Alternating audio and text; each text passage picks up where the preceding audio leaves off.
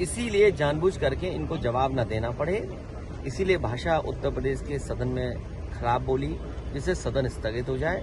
हमारे विधायक चाहते थे कि सरकार का जवाब स्पष्ट आए, चाहे किसान के सवाल पर, बिजली के सवाल पर, स्वास्थ्य के सवाल पर और किसानों के सवाल पर। सरकार भागना चाहती है, इसीलिए काम कर रही है।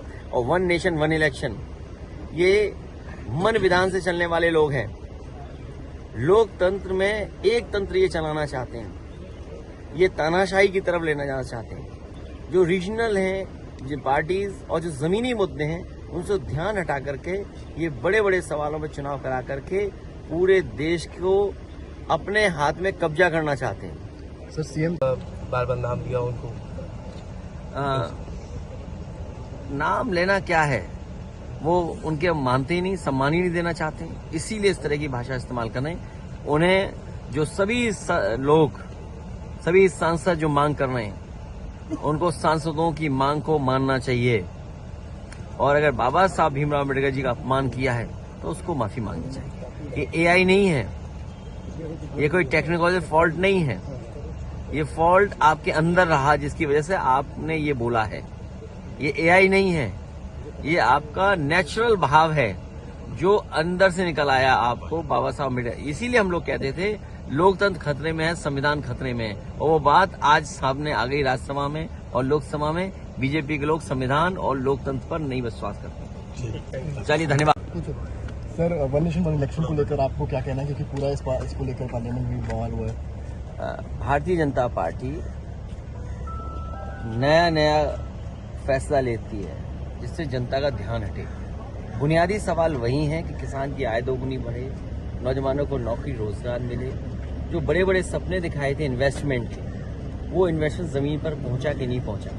आज जब मैं बहुत ही प्रतिष्ठित अखबार अंग्रेजी का उठा करके देखता हूं तो उस अखबार में ये निकलता है कि 1 लाख एकड़ से ज्यादा जमीन चाहिए उत्तर प्रदेश को 2027 तक। वो जमीन को एक्वायर करना चाहते हैं। जो इतनी बड़ी बात कर रहे हैं, 1 लाख एकड़ से ऊपर लैंड एक्वायर करने जा रहे हैं। आखिरकार इनका बजट क्या था? क्या इनके पास बजट था? तो जो इन्वेस्टमेंट के लिए 5 लाख 4 लाख करोड़ के एमओयू किए थे, जब जमीन ही नहीं थी तो इसका मतलब एमओयू नहीं आए होंगे। ये बिजली जो हमारे गरीबों को सस्ती दी थी समाजवादियों ने, इन बीजेपी वालों से पूछिए कि दिल्ली और लखनऊ में सरकार आपकी है, अगर एक भी बिजली का कारखाना लगाया हो तो बता दें। वो नाम बताएं बीजेपी के लोग जो बिजली का कारखाना इन्होंने उत्तर प्रदेश में लगाया है। और बिजली तो लगाई नहीं, बिजली महंगी हो गई है। तो जो सरकार बिजली महंगी करती हो, जो सरकार इलाज न दे पा रही हो, आखिरकार डिप्टी सीएम की भाषा क्यों बदल गई, व्यवहार क्यों बदल गया? आप किसी अस्पताल में चले जाओ, गरीब को इलाज नहीं मिला, लंबी लाइनें लगी हुई हैं, बड़ी बड़ी लंबी लाइनें हैं, न दवाई न इलाज न कुछ नहीं इंतजाम हो पा रहा है।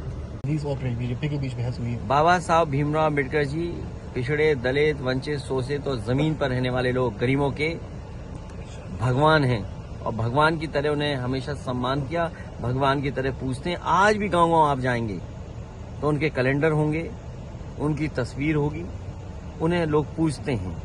भारतीय जनता पार्टी के वो लोग हैं जो पिछड़ों से, दलितों से, आदि आबादी से, आदिवासियों से, अल्पसंख्यक से और खासकर पीडीए के लोगों से नफरत करते हैं।